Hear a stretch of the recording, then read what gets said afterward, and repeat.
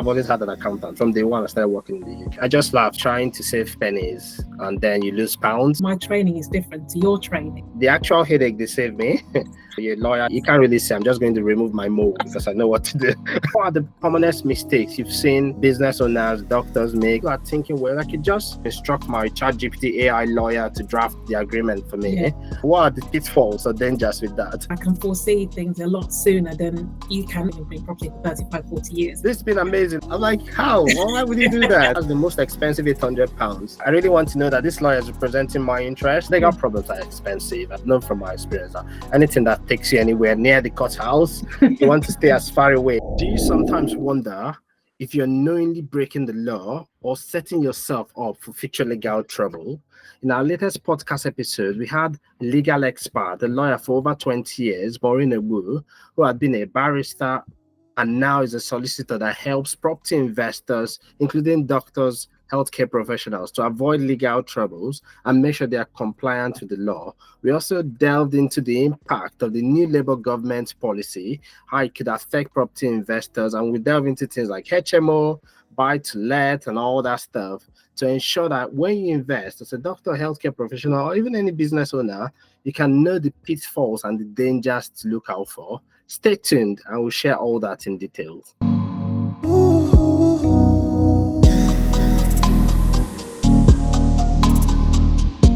Welcome to MONEYWISE Doctor Podcast. I'm your host, Dr. Andy Gwim. As usual, we discuss how to help doctors and healthcare professionals avoid costly mistakes and make smarter financial decisions.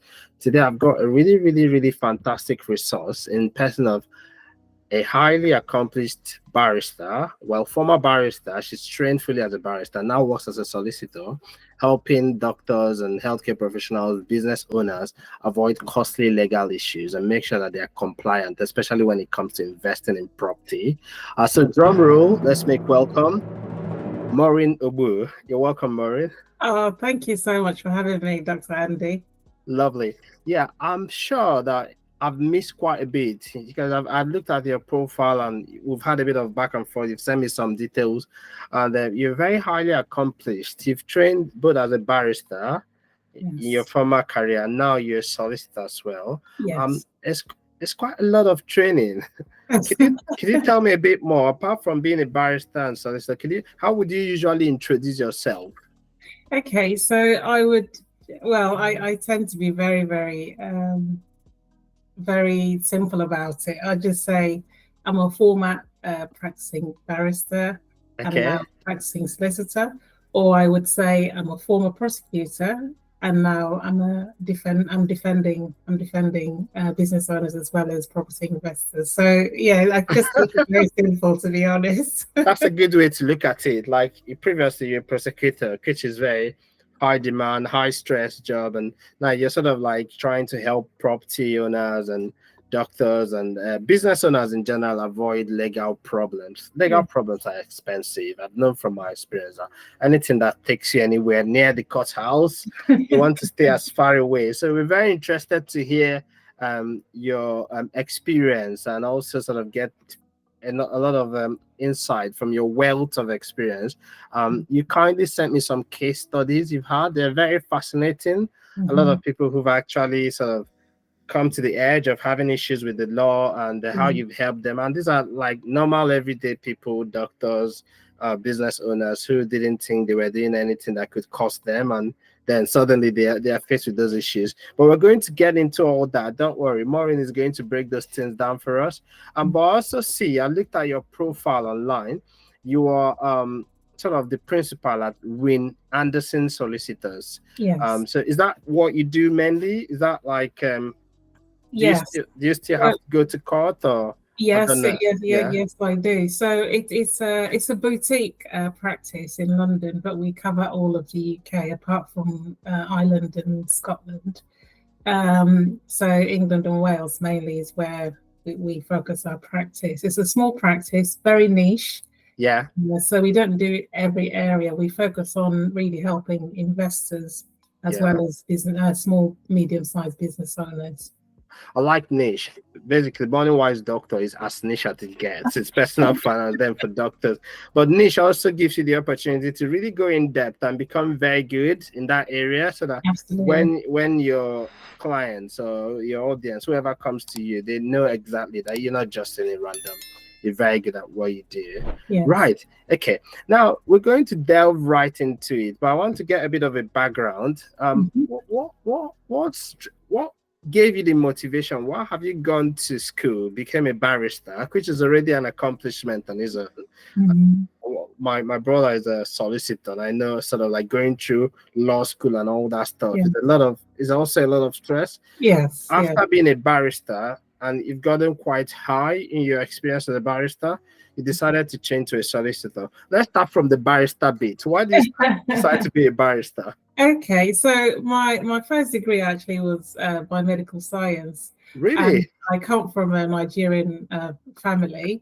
Anybody that's, you understand that already, that's anybody that's of African descent or Asian descent will relate to this. It's either you're going to be a doctor, lawyer, or engineer.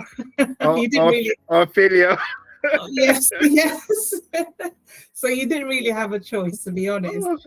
So I did that. The whole point of that was to then get the preclinical year, I think, off in med school to go and study medicine. In my final year, I decided actually it wasn't for me. Having done, I worked in a hospital in Manchester. That's where I did my first degree. I worked in a hospital for 6 months. In the histology, immunology, pathology labs, all of those things. And 6 months, I think, was enough to say to me, okay, you're not really, this is not quite your environment. And I remember from school, I really enjoyed debates and reading and artistic things. So that was, I'm quite creative. I write as well. Yeah. So my natural leaning was towards that side of the profession rather than the medical side, I guess. So wow, that's fascinating. I didn't know that. So you didn't think maybe I might become a poet or a writer? Oh gosh, try saying that to my dad. Dad will say to me, yeah, okay, in Igbo, because my parents are Igbo, then later we'll look at that writing thing, that poetry thing of yours. But first of all, get a career, because in their minds, if you have a career, then you're sorted for life. Of course, you and I know there's no job for life these days. That's true. I mean, I can relate to that. Having Nigerian parents, being from Nigerian descent, actually, we can see that sort of like, okay, I studied medicine, my brother studied law, the other one went to engineering school and did environmental engineering, and one's an accountant. And it tends to be like, is the exposure our parents had in those days. Like, you needed a career, they were looking out for you. They didn't know that someone could become a social media influencer or something like that. No, like, how do you make money from that? How are you making money from that? They don't really understand it. Yeah, or even an entrepreneur. If you say you wanted to start a business, they'll think, yeah, get a career, because they're thinking about safety. Well, it's very interesting that early you sort of tested it, because a lot of doctors and healthcare professionals, giving me, for example, I made up my mind around 3 years of age. That's when I thought I might be. That was when I was very sick, and I had an uncle who was in med school or thereabout, and I thought, it would be good, because if you're the best in your class, or if you're in the top 1%, they thought it was medicine. But I never really went to observe in a hospital or being in a ward for any day till I got into med school 14 years later now, or if you count 20 years from the time I got into med school. And I've had breaks from medicine and out. But then you made that decision, you pivoted, and you thought, well, since I'm very good, I've got the gift of the gab, I can debate, I'm artistic, I'm heading into law. That is very interesting. So now you went to school to study law. Where did you do your law school? So I went to, so at the time, this is going back 24, 25 years now. At the time for law school, there was College of Law in London. Now they call it the University of Law. That's in Bloomsbury, in central London. So I did the conversion, which is the postgraduate diploma in law. Because obviously my first degree was non-law. And then after that, I decided, okay, I wanted to be a barrister, because I remember my mum saying to me, if you're going to do it, you just go all the way, do the one that you really want to do. Wow. So that's what I did. Yeah. And at the time, actually, the bar school that I attended, I think there was about 5 or 6 in the country then. London was obviously heavily subscribed. Yeah. So I decided, can you imagine? I left my friends and family behind and went to Cardiff in Wales. That's not a bad option. No, but the thing is, you say that because I'd already been out of London for some time. Oh So yeah. my friend said to me, "Gosh, you keep going." I said, "If you want something in life, you've got to go. You just do whatever it takes." That's I was fearless, and I think to a certain extent, I am in a way. I'm a free spirit. Yeah. If what you're looking for is not right under your nose and it's further away, then just go and get it, and then come back. All right. Now I'm going to have to decide whether we're going to focus on motivational stuff or legal stuff, because I'm getting some motivational vibes and I'm loving it. Right. So you did your biomedical course. Was that inside London or outside London? That was, where did I study it? That was in Manchester, actually. Manchester, yeah. So that already took you outside London, but your family and friends were in London, and then to go to law school again, you had to leave London. I had to come back to do my postgraduate diploma in London. Wow, and you're sort of like a London. Yeah, you were born in London. Yeah, I mean, well, actually, funny enough, I was actually born in Scotland. You was born in Scotland. Yes, okay. I've been all over the shop. I'm from Ireland. I just need to cover all bases now. And you need to Belfast. Belfast is lovely. Last time I went by sea. I just went with the wife and we made it. We tried to do a bit of Titanic, except that the ship didn't sink. So that's good for us. That's a relief. That's a relief. Lovely here is beautiful. Oh yeah, it's really nice. Yeah, right. So you went to school. A lot of sacrifice, I imagine. I don't think it could be a walk in the park to go back to do become a barrister, and you did that. So how long did you work as a barrister? So I was so the profession is really divided into two. So either you're at the independent bar or you're in the employed bar. So I was in the employed bar. I was there for 5 years. Okay. I worked advising different organizations as well as the court service. Yeah. I wasn't in a set of chambers because that was a decision I made quite early on, but I wanted to do that. But then I was being invited to join different sets. Right. But the thing is, financially, I'd already, in fact, bought my first property, I think, at the age of 28, 29. I was living in at the time. Nice. And the barristers that I kept meeting, we all became really good friends. They said, "Oh gosh, what can we really give you now? We want you to join us. We just haven't got the funds to fund you for the first 6 months of pupillage, because you have to do that in order for you to then become a tenant in a set of chambers." In the end, anyway, I decided, okay, that's not. I wanted to explore other things. Wow. I wanted to explore other things because I felt like what I was looking for, I wasn't getting it quick enough.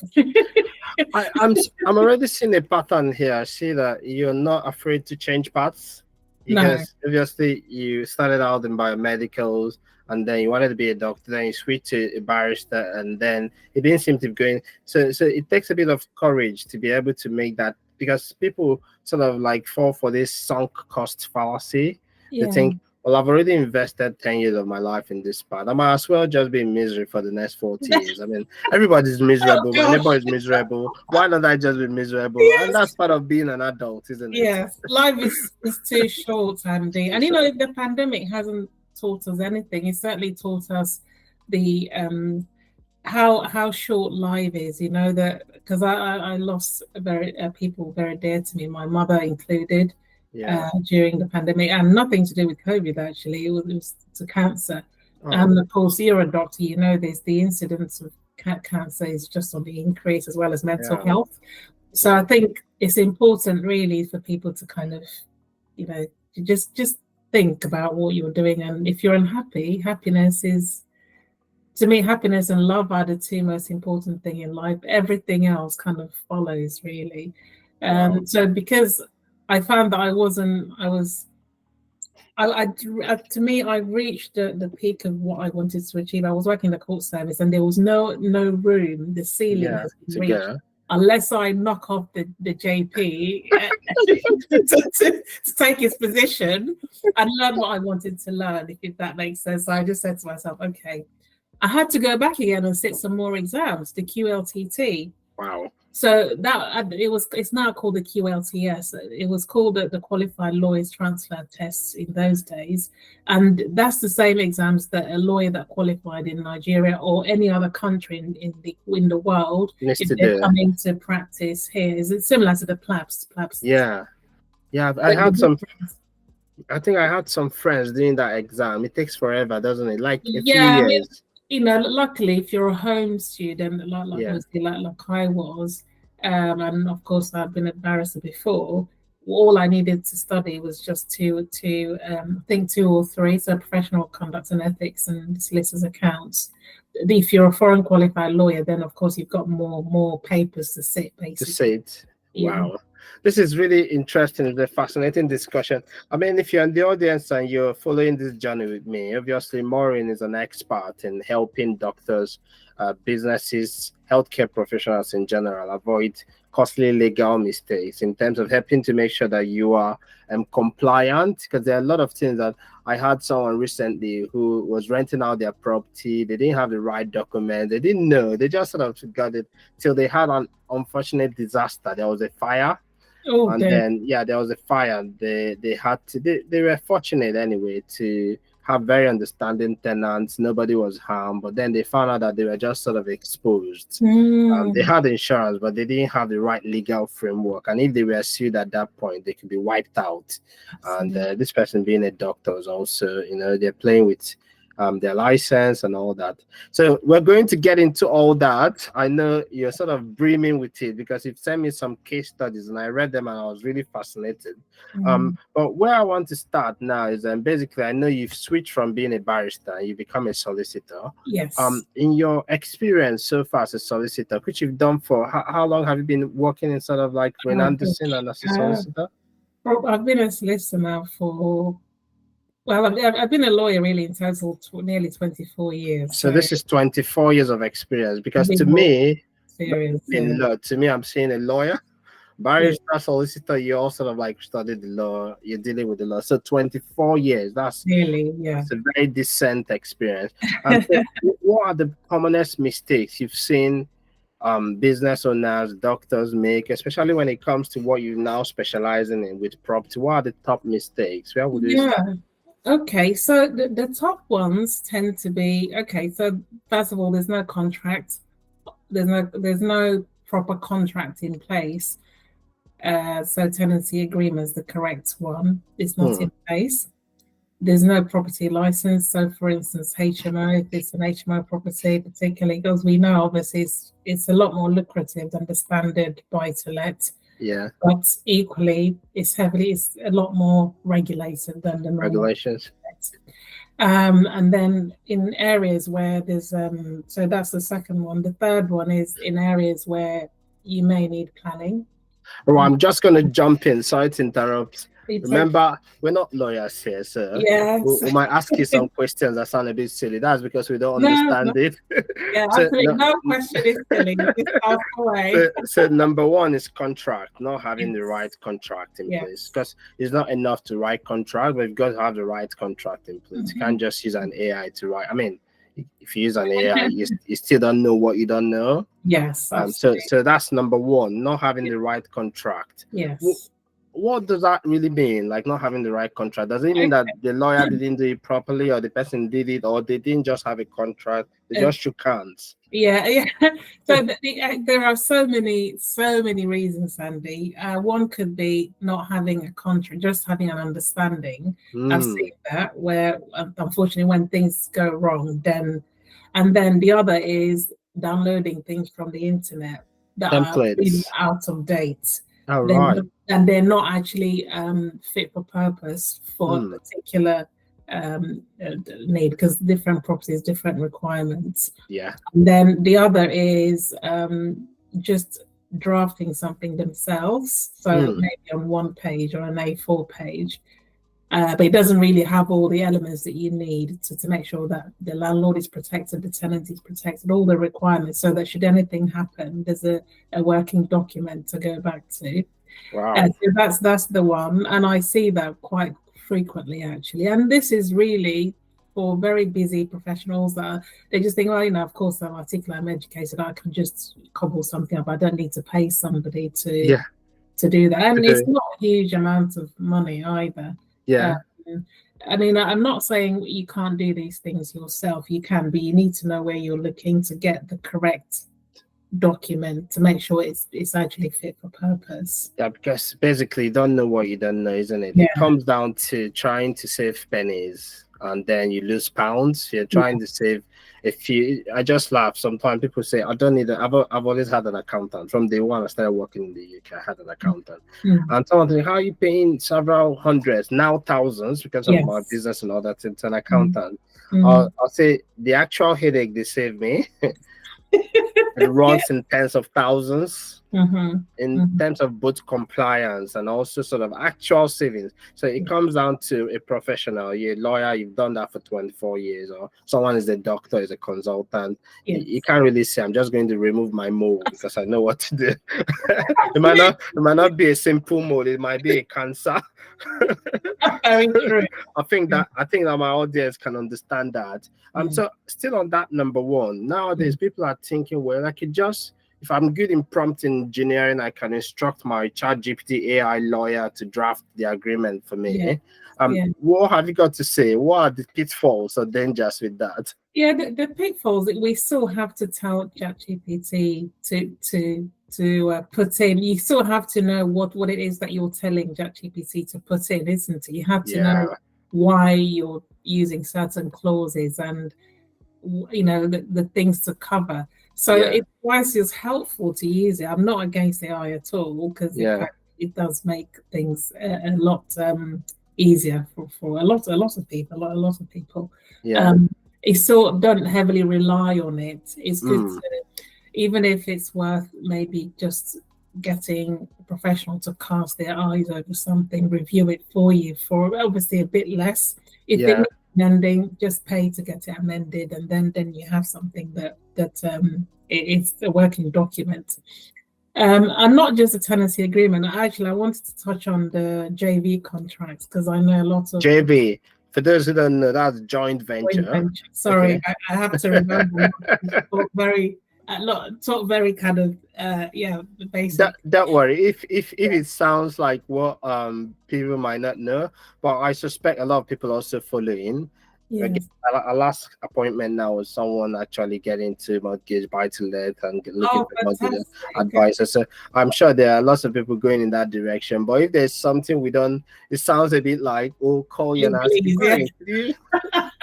Debbie. So joint venture contracts, that one I see quite a lot with professionals actually, and I have helped a number of doctors actually and dentists with those things, where they've got in. Obviously they're so busy doing their medical work or whatever profession they're in, and the other person has the time but don't have the money, so they go out to source the properties, etc., oversee the projects, all those things, get the tenants in and manage the property. The contracts sometimes are not as they should be. Really cover the elements. So that should anything go wrong, there's something for us to work from. In fact, not so long ago, I helped somebody that didn't have a proper joint venture contract. It was half a page what he sent me. This gentleman was actually he's a consultant actually. He's trying to he's working towards leaving the NHS. He subsequently has done. He left the NHS last year, owns property full time. So he said to me, Warren, this is just a pilot. I know I made a mistake. I messed up. I should have sought advice. You know, in the medical profession, a handshake we just Oh. agree. The lawyers are so it has to be Because there's that high integrity, right? If you're dealing with your colleague, you're assuming that there's that high integrity. But yeah. when you're out in the wild, it's a bit Yes. different. Yeah, and the person he was dealing with clearly, I said to him, I'm really sorry, this person you're dealing with clearly hasn't. And in that case, actually, it was a case that he had signed that document, and then he was going to provide guaranteed income, guaranteed rent to her. And she realized that he was making more money than her property was making when she was managing it herself. Oh, the old rent-to-rent strategy. Absolutely. So she wanted them to get the property back herself, so that she can then do the rent-to-rent. Do it herself. But he was stuck in the contract because she said I think what she did, she wanted him to leave the tenants in there for her. Ooh. And end the contract and then pay her some indemnity. So I said, send me the contract. So I had to look. I said, actually, this is not really what the paper is written on. Yeah. It's not legal advice, but slap on the wrist type of thing. But I got it sorted for him. Wow. So he went on to the next project. Yeah. With his eyes open. Wiser. Open. So we had a meeting beforehand. It was a 30-bed unit somewhere outside of London. So he had a lot of business partners. I said, no, please do not sign anything because it was a 65-page document. Wow. And he said, oh, their lawyer said. I said, but that's their lawyer. That's their lawyer, not your lawyer. Exactly. Yeah. I don't know. It's a lot of people. This is amazing. A lot of people are quick to sign something done by another party. I'm like, even when you're buying a new house and the real estate agent says, "Oh, this is our lawyer," I'm like, how? Why would you do that? Like, you say the developer has a lawyer, and they even actually pitched in £800 so that you can use their lawyer. And I said, that's the most expensive £800. It doesn't really matter if I have my own lawyer and pay them a bit more. But I really want to know that this lawyer is representing my interest. Because in the case you just described, if I understood it properly, this is a very busy consultant. He's got like high income, but doesn't have any passive income or doesn't have a lot of passive income. He's now buying property and trying to use it to throw off passive income to help him to retire, which he has managed to do. Good for him, bad for the NHS, but he's managed to. I'm not in a position to judge. I'm not in a salaried job myself. So, so he's been able to do that, but he ran into a massive, expensive, potentially really, really expensive mistake because he's going to have this agreement, which is practically not really good agreement with the landlord. And now when he starting to succeed, the landlord, whom he had a deal with, to say, I'm going to rent out this property and then I'll pay you guaranteed rent and do as I like. Now turns around and say, oh, you're making money on this thing. I want my property back, and in a very unfavorable way. But you managed to sort that out. Wow. And actually, Andy, there's another one that, as you talk about developer, another one just came to mind. He's also a doctor, and oh my goodness, this was a very sad case. He was highly stressed, working in A&E, and everybody wants to do better in life, like their families, etc., etc. It was so sad because he was referred to me, and what happened? He had bought somewhere off plan, so it was being built. But he didn't engage. He engaged a firm that didn't really do him any favors. Unfortunately, they really messed things up for him, which is quite sad in a way because he lost £65,000. That's a lot of money. Yeah, that's a lot of money. That was, of course, you can try, but nobody can ever say they can guarantee you anything, particularly where it's gone so far. He has signed something that he should have really sought advice, proper advice. In fact, I should say this to your audience. If there's a point where you feel that somebody's not getting back to you, they're not getting back to you, don't understand what's going on, because that's what happened to him in that case. And he went on for months and months and months and months. So then the person that was dealing with it, I don't know whether they were being supervised, but they washed their hands of it. So then it was in the system for 5-6 weeks. Wow. By the time I got involved, there was not really a lot you can do. He was, he had to pay that money to the developers. He had to, and otherwise they were going to sue him. I said, 65 grand. 65, but he said, That's this is all my savings, everything, because he does locum work and of course his salary. Yeah. And when I was looking at him on Zoom, we can tell. Yeah. He was just exhausted. Exhausted. And I thought, gosh, I hope this man is not going to do something to himself, Yeah. because he just said, this is all I have. I've been coming up since I've been in this country, Wow. It was just very heartbreaking. In fact, I must check on him, because I had a meeting with him last year just to see how he got on. It's a lot of money. Well, it's very sad. I hope he's able to recover, get back on his feet, and get back at it. But it's a bit like, the way to look at it is, if you've had a tiny wound and you get to see someone who's a specialist, or you see your GP and they think it's something that needs to be referred, they refer you. If you see if they refer you to a specialist early, the specialist can help you. If it turns out that you're not referred on time, or someone was just messing about, and then 8 weeks, 6 weeks, 8 months down the line, it festers, maybe gets infected, or if it's a cancer is spreading, it's a bit late. And even if you go to the best specialist, they're probably going to say, well, this is now palliative, we can't really do very much about it. I think the same thing can apply with getting the right advice, whether it's legal or whether it's financial, tax, and all the wise. Having the right advice earlier on is much better, because even, I know you're an expert in your area, but when some cases have already festered, it's gotten so bad, you're now more like limiting damage and all that. Can I just ask, this other firm, what could have happened? I know we're not sort of like naming and shaming, but is it like they weren't experts in their area, or did they, like a big firm, like yours is a boutique firm, so you deal with people directly?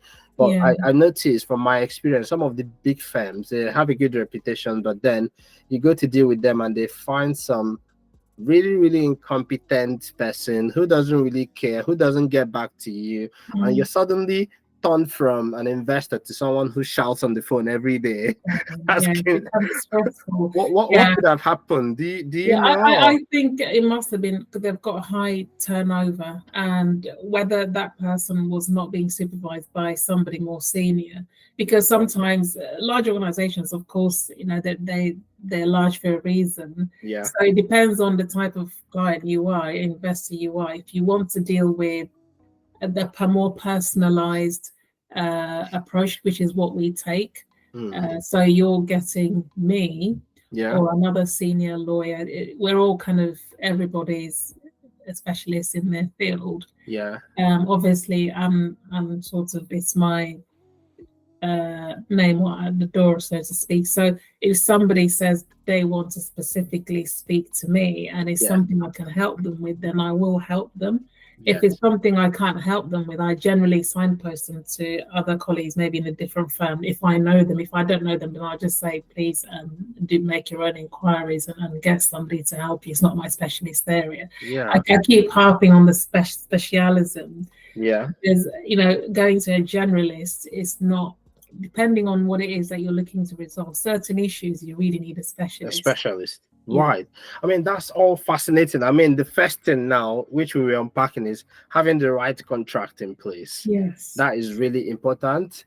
Are there any more mistakes or? Yes. So the second one I was going to talk about was the license, so property license, correct property license. So even normal buy-to-let properties, in certain areas you need a selective license. That's kind of, it's been around now for the last few years, so it's something people really need to be aware of. And obviously for HMO properties, you need an HMO license. Depending, there are some exemptions. Certain properties, so properties that are maybe being used by the local authority, for instance, for care properties, and those sorts of properties, you don't need HMO license, but you still need to comply with the right license. So HMO license applies to a lot of HMO properties, and that I'm seeing And then certain areas, they've brought in additional licensing scheme the last 3 years. Again, lots of people are being caught out. Wow. Because they, as far as they knew, they just got 5 or more tenants in a property. They didn't understand that now it's gone down. The numbers have gone down to 3 or more. Oh, really? They need a different type of HMO license. So yeah, different things. And the way I work, really, we have different packages for people to kind of work with us on. So the way I work really is on a preventative, more of a preventative measures rather than reactive. Because when you're reacting, you're in a state already. You're worried and you're not really thinking clearly. When it's preventative, nothing has gone wrong. You're just taking your time to make sure that you're fully compliant. Everything is as it should be, and we have a working relationship. Now I have a few professionals that I work with actually that are looking to grow their portfolio. And so that peace of mind, they say it means that I changed accountants a few times myself, and the peace of mind you get with somebody that is holding you by the hand and explaining things makes a huge difference. Makes a lot of difference.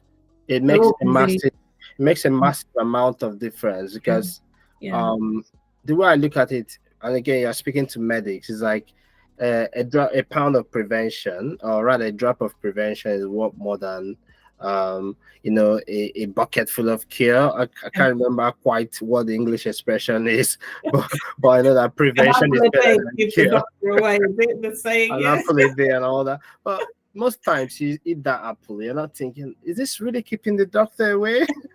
And an apple is cheaper than having to pay for medication. And obviously, in the UK, a lot of people are covered by the NHS. Well, I've recently been in the US where people will put off going to the hospital as long as they can because of the cost, right?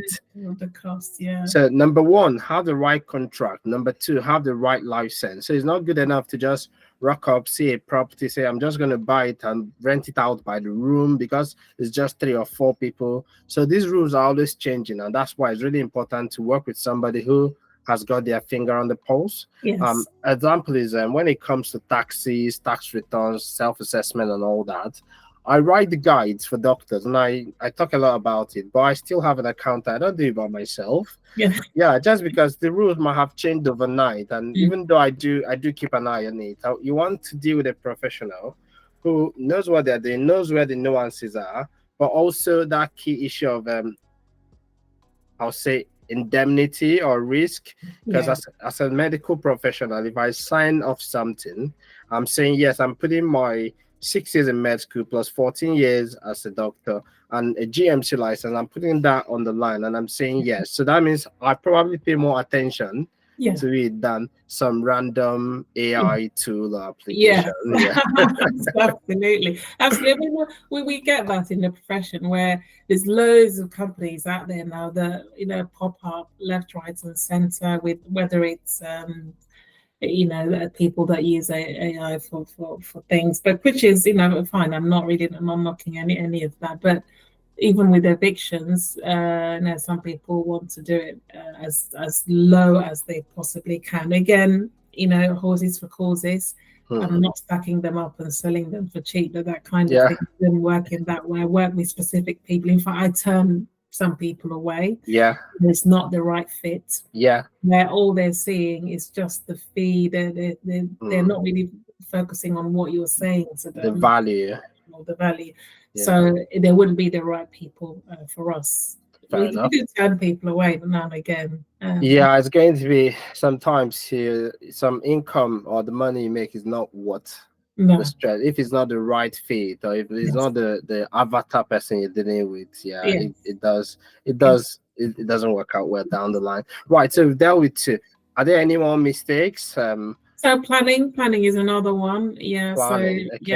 Planning issues. So doing works that you need planning permission for, or having a property in an Article 4 area. Article 4 means essentially you need planning to have your HMO property in that area, just to put it very, very basic. Yeah, so that's another one that I see quite frequently. Okay. And then the other one is breach of the actual property license. So, I Re- mentioned number two was not having the license. oh, Number four did you is say actually, breach? yeah, breach. So are you not complying with the requirements of that license? Oh, Okay, so there's loads of different things, and the management regulations that and yeah, landlords, particularly if you have an HMO property, that you have to comply with. You mentioned about the fire issue when we started talking in regards to the yes. property that Yes, that's quite a big one, it really. is. Certain things that people are maybe cutting corners, the Yes. cost of obviously running those things can be quite high, but it's worth it in the end because Mm, it's not, you're playing the long game, you're putting all those things in place and having your power team in place. So you have somebody to ask for advice, staying on top of things. Um, and then you're just getting your income. So you yeah. go to bed, as I say, with your eyes fully closed, not one Closed. eye open. I mean, to be Not honest, worrying from about a what. safety point of view, I mean, it's important to have a lawyer to tell you to be compliant and all that. But also, you don't want to rent out your house to tenants, and you don't have the safety because those rules are made for a purpose Yes. to help to prevent things from people from getting caught in a fire and all those padding you have to do and Mhm. fireproofing you have to do. Yeah. And sometimes it might sound a bit heavy-handed because the landlord is an investor, is trying to make a bit of money, and Yeah. sometimes they are really like high busy professionals already paying high taxes and trying to get Yes. some passive income. So your job, from what I see, is sort of like you're between the law, the regulations, and the tenant, Yeah. the landlord Yeah. or the investor. So Mm. you get them to where they should, the minimum that they need to. And if I say minimum, it might sound a bit negative, but you get them to what they really need to do. I Yeah. mean, there might be like other nice to do, but you get them to the point where they know this is really what you need to do to Yes. Yeah. avoid it blowing up in your face later. Yes. Did Yeah. I? Is that a fair summary? Yeah, I mean yeah, and in some cases actually, because every case is different as well, and so Mm, some will have maybe one or two properties and some will have 15, 20. So high risk, high rewards, is that what they say? yeah. So the larger the portfolio, the more responsibilities they have, the Okay. less time they have. Okay. And generally when I speak to people, I want to understand the person, Yeah. where you are now, what is it that you're looking to achieve, The and how goal. we help you get there in a compliant way, Yeah. stay with you, grow with you, protect the assets that you're acquiring. Because Yeah. I don't just deal with the property, but the business side, because there will be things in the business that, because I used to prosecute obviously business owners as well Yeah. as landlords. Um, So you've seen both sides. You've I've seen seen both both sides. sides, yes, and I've also sat as a legal advisor when I was an employed barrister. So I've seen both advocates, Yeah. both sides presenting the Defendants. case, and then retire with the magistrates or the judge. I've Hmm. sat with judges as well when I was in bar school, and in fact when I was working as well. There are times when you sit with them, so you kind of listen and watch how they deliberate on cases. So I've Hmm. kind of covered the whole, every part in the courtroom really. The So spectrum. the Yeah. spectrum, so Hmm. my clients gain the benefit of having that in one person, because In now one boutique firm. one boutique Yeah. first, yeah, so they get so really from the instructions from the first stage through to the court hearing or Hmm. tribunal hearing, I would cover, because and then you kind of build a very good relationship with them because you've known them for Rapport. weeks or months. Yeah, you Yeah. have a rapport with them. That's amazing. You cover sort of, you said, from the to the hearing. From what Yeah, to the hearing? What was that you said? the I don't know. instruction stage. From the So from the instruction initial stage to meeting, the yeah, hearing. yeah, And part of it is mainly to get it, to try to make sure the hearing doesn't happen, to make sure that you don't even get to that point where you have to go to court. yeah, And then yeah. there's also another spectrum or perspective you add to it. I mean, you mentioned it earlier. you're an investor, you're a property investor yourself, isn't it? You Yeah, mentioned you bought your first very, property. very minimal. Very minimal. So I've had that experience. So I Yes. will say, yeah, I can relate to certain things Yeah. they are going through. Yeah. I don't do HMO myself. No. I don't do HMO myself, but you know, everybody has their risk appetite and what they, you know, there are other ways of making money. In my Yeah. opinion, you're an investor, so you understand. For some You're people, speaking my language, Mario. exactly. For some people, it's not even property. There's other things, other things they invest in. So again, I'm constantly learning. If there's another way to kind of bring things in. To bring income, fair enough. I mean, property is nice, but I tend to look at property as an area for someone who has less time, or maybe, because basically, if I wanted to invest in a property, the living apartment is the lowest way you can sweat the land. You can have a business on the land, you can use it for parking, so many things. But we're talking about property here. Let's just say someone listening in the audience, I'm saving up the juicy part of some of the more juicier parts, because I'm going to ask you about labor and the impact of the new labor rules. But I'm packing it for later. So if you've gotten this far and you're still with us, I'm going to ask Maureen to tell us, with new things labor is bringing in place, some people are going to be unsettled. We're going to get into that. But before we do that, let's just say a doctor, let's say I'm a GP or consultant, and I've decided, look, I want to invest in property and I want to start with a HMO. HMO, 3 or 4 people or whatever. I buy a property, I want to rent them out by the room. I've got the down payment and I'm able to arrange the mortgage or some money. Maybe I'm buying a property, doing it up and doing all that stuff. But I can't run it by myself. I'm planning to maybe partner with somebody to do the groundwork and all the run around and all that. Where should I start? What should I do? Okay, so I think if you're partnering with somebody, then that's at the stage where you need to have a proper joint venture contract in place, so that you understand, do your due diligence. I always say this. So before you even pick a joint venture partner, you need to understand who they are and build that trust. So, you know, just make sure that they are who they say they are, and so that you're not partying with thousands of pounds and, you know, it goes up into the ether. So that's what I would say. Start up from your due diligence, both sides, and then sit down and discuss what you want to have in the contract, and then have the contract properly drafted. And then get advice in regards to the HMO property. Because I find that the most successful people in our ecosystem are the ones that actually came as soon as they bought that property, or even if they're thinking about it, they will come. And that's why we have the strategy call that we do a 90-minute strategy call where we go through everything. And then if they then want us to put some documents together, we put the documents together for them, advise them as to who to go to. If we can make recommendations, for instance, and say you may need to approach a fire risk assessor, for instance. You may need to approach for your EPC, maybe you need to do this, you need to obviously make sure you get a gas safety and all that. These are basic stuff. But I tell you that I had a property, landlord who didn't have all that stuff, and then they had a fire.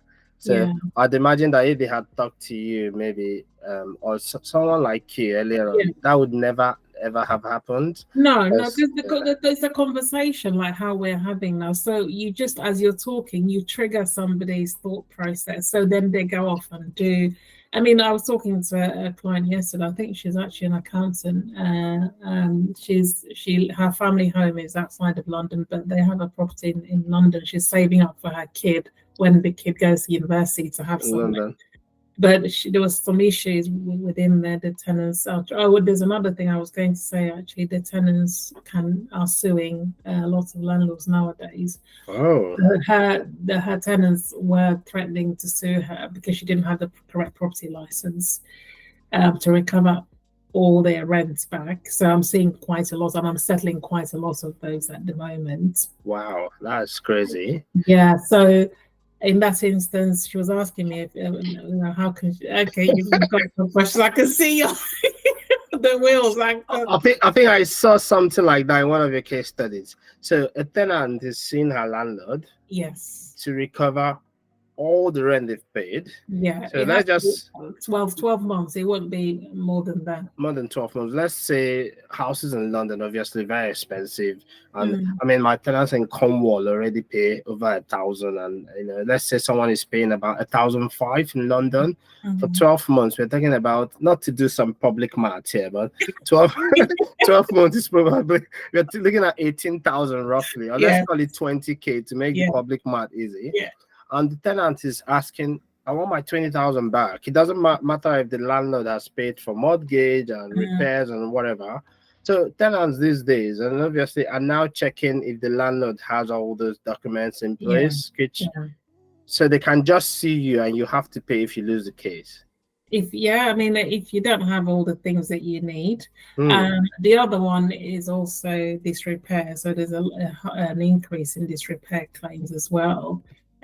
So again, people need to be aware of. That's the reason why, having a specialist on your side, because having been on the other side, I can foresee things a lot sooner than you can. No matter how many years you've been an investor, you could be 30 years. I mean, I've seen people that have been in property for 35, 40 years. And sometimes they're their worst own enemy, because they come out and say, well, I've done it for a long time. I've done all this training. I've done it for I said, but the thing is, my training is different to your training. This is what I do for my bread and butter. This is what you focus on. Practice, yes. Yeah. So I can help you, but if you can't see the value, I can't make you come with me. Go with whoever you wish. And I mean, even this morning, somebody with in excess of 150 properties, an urgent case in court next week. We had a chat. Hadn't paid me a penny.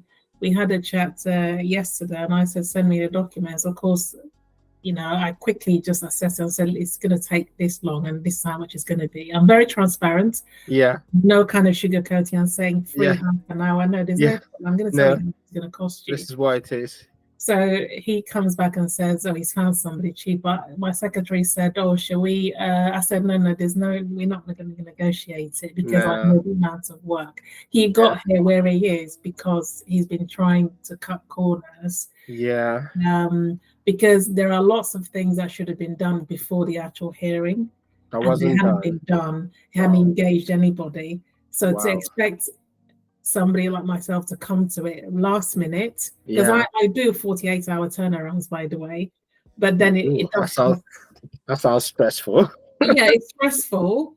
Thankfully, I mean, I try not to do them too often nowadays. But when somebody really, really is desperate because they need it, then we're having that meeting there and then. Yeah. We're going through the documents, but it's going to cost them money and their time, because fair enough. They invest the time with me, because I'm investing the time in. But again, please, I'm not putting this out there to then start inviting people that are leaving things at the last minute, because I quite like my blood pressure to remain the way it is. We're going to announce your website and how people reach you. You have a few people knocking tomorrow, and I need a 48 hours turnaround. Well, hopefully most of the people who listen I might be then needing your services as a doctor to lower my blood pressure. Well, hopefully most of the people who listen are medics, doctors, healthcare professionals. Yeah. And we like many to choose from. Yeah. We like safety, and we know that prevention is better than cure. Yeah. But I can tell you for free, from my experience running MONEYWISE Doctor, doctors, and I don't know, nurses are not as bad, but doctors generally leave things to the last minute. So if you're listening to this, because you see like 3 days to end of the tax year, you suddenly get like a massive surge to the website and people wanting guidelines and downloads, and I need an accountant, I need a financial advisor. 3 days, tax year ends April 5th, and then you have people rushing in from April 1. I'm like, from April Fool's Day. So if you're listening, don't wait till you get to that point, because maybe by the point you're needing more to help you do for the 8 hour turnaround might be when she's on holiday or she's dealing with another client. Or so don't wait till you get to that point. I mean, it's really quite hot in the UK now. So maybe if we want to go to summer, we need to escape to Iceland now or somewhere cold. Another one. Wow, amazing insights. Right. I mean, we're going to get a few more details because I've looked at you on LinkedIn. You've got quite a really good, you write really good, helpful content there that will be useful. And you also have your website. We'll get to all of that, how people can find you. But part of the Eisen, or will I say is the desert. The desert is like Labour government is in office now. And there's been a bit of a chat. They've mentioned a few things, and some people are getting a bit edgy. Different people are giving their opinions, but none of those opinions I've read so far is from a former barrister, a solicitor. No pressure. No pressure. No pressure at all. Like, it specializes in equity, no property, in a very niche area. But from the interpretation so far, is there anything that you noticed that stands out? Is there something people should look out for? I think that most of lots of things that people are really worried about is the abolishment of Section 21. I don't think Section 21 notice. So the idea really after the King's speech was it gave. I know not a lot of people know what Section 21 is, but a few people don't know. Do you mind just quickly explaining it, and then we'll go back to the Labour? Yeah, essentially, it's a Section 21 under the Housing Act. They noticed that a landlord should give a tenant before they evict them, and normally it tends to be 2 months before the eviction. So that section allows you have different options under that section, really, but the one that most people tend to use, it's either because they want to move back into the property, or they want to sell the property. Yeah. Okay. Or there are different reasons that people kind of serve that, really, or they just simply want the property back. Fair enough. So Section 21, sorry to button, is no fault eviction. I just want my property, opposed to Section 8, when I think you've not been paying rent. I've had to defend the Section 21. We're lucky we won that case. I was a landlord, but I was renting somewhere. Okay. I've had to defend the Section 21. It's not fun. Yeah. So that's Section 21. Your landlord could say, I want my property back for any reason. I don't have to explain anything. You haven't done anything wrong. I just want my property back. So is Labour planning, or have they mentioned, do you think they might abolish it? Or no, I mean that there are different things that the King's speech actually covered, which we're just like everyone else, we're waiting to see what would be the implementation once that comes in. But it allows you to still get your property back, but you have to take certain steps in order to do it. Because I think a lot of landlords are panicking that they're not going to get their property back if they need to. It does make the provision that you can get the property back if you need to move back in, for instance. Yeah. You have to give sufficient notice. Yeah. To your tenant or tenants. Well, I want to unpack this a little bit now, because I'm sure for some landlords it makes them quite nervous. So in the Section 21 case I mentioned, they just wanted to sell the property. Yeah. But from what I understanding, it's just going to make it a bit harder to get your property back, whether you want to rent it out to someone else, or you want to sell it, or you want to turn it into a HMO, or you want to move back in. You now have to give a bit more notice. You have to give a bit more, because the whole idea really is, because you have to understand that there's less housing stock on the market now in the United Kingdom. So landlords have to really understand, I'm sure most of them do actually, that it's somebody's home, it's a tenant's home. Yeah. Whereas it's your property, it's an investment, but it's their home. Yeah. And the whole point is to just ensure stability for the tenants, Yeah. And if you then want the property back, you have to make sure you've given them adequate notice so they can plan ahead. People can plan their lives. Yeah. So it's not saying to landlords that you can't get your property back, but you have to do it in a way that's better than it was before. So either way, it's still, I think, it safeguards people. So long as somebody's paying you rent, they're looking after the property. I don't really see a huge problem with it. It's obviously, if there's a case where maybe they're causing some nuisance or they're not paying rent, yeah, and you want the property back, because I've had cases like that where they want to move back in because the catchment area of their children's school is in that and area. they need the property to be able to go to Eton or exactly, or whatever school. and they tell them they dug their heels and they're going to stay there for another 18 months. So that causes a lot of stress and things. But yeah, I mean, I don't think people should panic too much, really. Oh wow! They should take advice before, just like rent increase review. Again, I'm seeing quite a few of those where people want to increase the rent because obviously mortgage rates are going up and up. Again, it has to be done properly. Yeah. Wow, very, very insightful. I guess the question on most people's lips is, with all this trouble, is it still worth it to go into investing in property? I'm not expecting you to give me the whole answer, but from the legal perspective and from what you know so far. Yeah, absolutely. I mean, during the pandemic, actually, there was I remember very vividly a client that I helped. He's a diplomat in Eritrea or Somalia, one of those countries. And he came back to the UK. It was a 5-bedroom property in Fulham. And of course, it's an HMO property. Lots of issues with it. It was being managed by a large letting agent in London. They hadn't done a number of things, unfortunately, that then meant that actually he was then being investigated. And there was a PACE interview he was invited to as well. Wow. And he said to me, "Oh God, I'm going to sell this." I said, he's a man of advanced years, shall we say. That's a very gracious way to put it.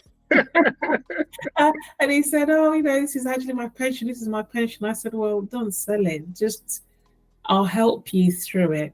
But he said, "Oh God, it's going to be £30,000 to get everything, and then your legal fees." I said, "My legal fees are a drop in the ocean compared to what you're going to be paying everyone else." But it'll be worth it. And I said to him, "Don't make a knee-jerk decision, because for the age, I was looking at the age, he's going to have to start again, and he wants to do that." So do you know what, Andy? We worked together for about 5 months. Okay. Helping him and all those things, not just the legal but the emotional support, because some days he'll just be so up and he wants to throw in the towel and give up. Builders, lawyer and therapist. I mean, sometimes it feels like, and everybody was messing him around. The builders, the building was so expensive. He can't. Then he says, "I can't comply with anything. Let them just take." I said, no, we're not going to do that. So again, just managing. In the end, he kept that property, and we managed to, help him sort of finish with some tenants, because I said, "Lee, you can't just get rid of them just like that. We have to do it properly." The agent washed their hands off him as well. They weren't very helpful. Wow. The documents I was asking from them, for him, they were supposed to be managing it, but to be frank, they weren't really managing it because the state of the property was so bad. It was in such a state of disrepair, and that's why it was costing him so much money to get it up to speed. So in the end, he turned it into a normal rental. Normal buy-to-let property, and he was living in one of the other rooms. But at least he got to keep his property. And there's some stability as well. Exactly. That is an amazing story. I mean, that's the thing. When people look at investment and business, it's always sounds like a good idea because they're looking at the upside. Yes. They think about the downsides and pressures, and if you sell during that pressure, then you get to lose all the upside and get a lot of downside. Exactly. But that's what my job is, Andy. That I don't just do transactional work. That's not how I work as a lawyer. I've always been like that anyway. I kind of we build a rapport, we build a relationship, and then I get into the heads of the person, understand what it is they're looking to achieve. Because I tend to remind them what you said to me at the beginning. Yeah, we're now in the trenches. Yeah. Okay, and they're thinking, oh God, I'm fed up. Because some even it affects their relationship, their marriages, because the stress is so much. Stress, yeah. I've seen couples where I have to say, sorry, I don't do divorce law anymore. So. Yeah. This is getting to that point. Yeah. And then I break the ice. They start laughing because I said, oh, guys, please stop. So you have to stop this argument. The wife is blaming the husband, the husband is blaming the wife, and you should have done this, then I kind of get in there and sort of just say, okay, I don't do divorce law, so you're going to have to take this elsewhere. And then they start laughing. Oh gosh. I know you said it in a light-hearted way, but nothing charges up emotions as much as money. The blames are flung around, and you're doing a really, really amazing job, and I realize it's a fantastic job, and I can see why it's got to be very boutique, it's got to be niche, because there's a lot of emotional, and there's not just intellectual bit. You're like a coach, therapist, lawyer, and all that. And that leads me to ask you one more question. How do you prevent, because you're investing a lot, how do you prevent yourself from burning out? How do you recharge, stay charged and all that? You'd be very happy to know, Andy, you're the last person I'm talking to work-wise today. Okay, that's good. It's only 2 p.m. so yes, I'll be logging off at 4 o'clock today and taking some time off. Cool. Getting out of London for a little bit to have a break. And I know you know about my knee injury that I've been talking about. I think Are you getting any better with the knee? So much better. I've been given some rehab exercises in the gym, so I'm so happy to be back in the gym again. Yesterday I walked for about 35 minutes, so that was good until I started feeling a bit of pain. Then I came back again. But I'm trying to do things now to just find a better work-life balance. It's good you're not a footballer or doing any physical laborer's job, so you can carry on with your job at Rain Anderson. Even with the knee injury. Getting out of London is not such a bad idea. I live in the southwest, and the southwest is a nice place. So if you want to get out of London, head over to Cornwall and Devon. Get to the beach, have a bit of fun. It's green quite here. And you might now run into some of your clients. Wow. This has been amazing. I mean, I think we've got more than an hour now, and it's been full of insights and a lot of nuggets. So if you've been following ahead, if you enjoy what you've been hearing and you want to get more insights, subscribe, give it like if you like. But particularly if you've got any terms you're not clear about, any information you need, if you go to the comment section, pop it in there. I'm sure I wouldn't know the answers, and I'll get Maureen to come and reply, especially if it's something legal.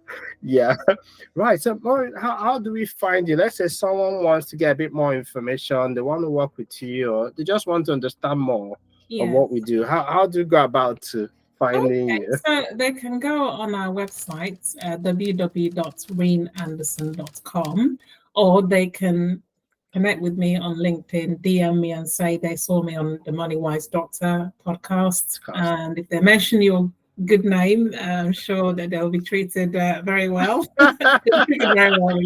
Remember to mention you're coming from MONEYWISE Doctor podcast. You get like a high class premium treatment, and maybe you don't end to get you get to pay.